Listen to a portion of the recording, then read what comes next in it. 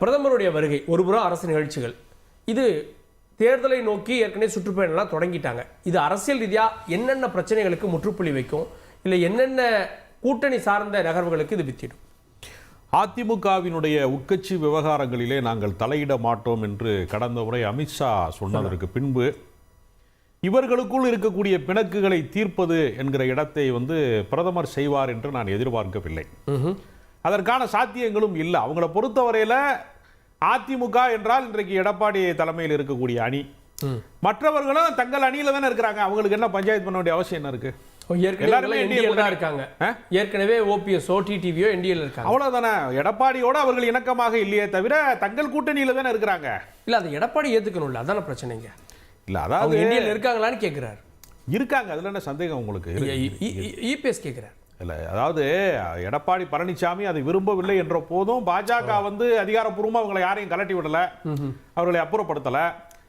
அவங்க அப்பாயின்மெண்ட் கேட்டால் கொடுக்குறாங்க அப்படிங்கிற அளவுக்கு தான் போகுது. அப்படிங்கிறப்ப அவர்கள் பகுதி சார்ந்த அரசியல், இப்போ டிடிவி தினகரனுக்கு அந்த அந்த மன்னார்குடி, அந்த தஞ்சாவூர் பகுதிகள், காவிரி அந்த டெல்டா பகுதிகளில் ஒரு செல்வாக்கு இருக்கிறதாக நம்பப்படுகிறது.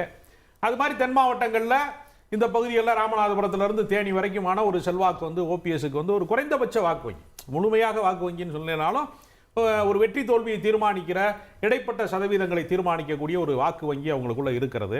அதனால யாரையுமே மிஸ் பண்ண மாட்டாங்கல்ல.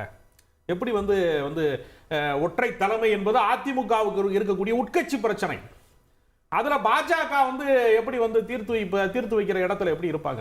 அவர் வைத்த ஒரே ஒரு கோரிக்கை உட்கட்சி பிரச்சனையில தலையிடக்கூடாதுங்கிறத அதை அமித்ஷா வெளிப்படையா சொல்லிட்டார். அதனால மோடியினுடைய வருகை என்பது அதிமுகவின் பிரச்சனையை தீர்க்காது. இல்ல, இவங்களை கூட்டணிக்குள்ள கொண்டு வரதுல என்ன நகர்வுகளை ஏற்படுத்தும்? இல்ல, இவர்களுக்கு கூட்டணிக்குள்ள வருவதை தவிர வேறு என்ன சாத்தியங்கள் இருக்கிறது? ஏன் ஓபிஎஸ்க்கு விஜய் இல்லையா? ஒரு 3 எழுத்து கட்சி ஆட்சியை பிடிக்கும். அதாவது இவங்க அந்த அபிலாஷைகளை வெளிப்படுத்துறாங்கல்ல சார். ஓபிஎஸ் அணியினர் அந்த நகர்வுகளை நோக்கி போறாங்கல்ல.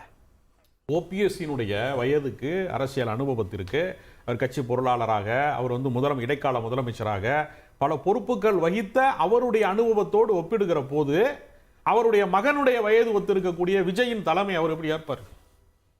அப்படிலாம் சாத்தியங்கள் இல்லை. கூட்டணி அதான போறது. அவர் கட்சியில போய் 2வது முதலமைச்சராக கனவு காண்கிற இடத்துல விஜய் இருக்கிறாரு. முதலமைச்சராகவே ஏற்கனவே இருந்திருக்கிறார்ல பல முறை. நாவலர் நெடுஞ்செழியன் மாதிரி, ஜானகி அம்மா மாதிரி ஒரு குறைந்த காலம் இருந்தால் கூட அவர் முதலமைச்சராக தானே இருந்திருக்காரு.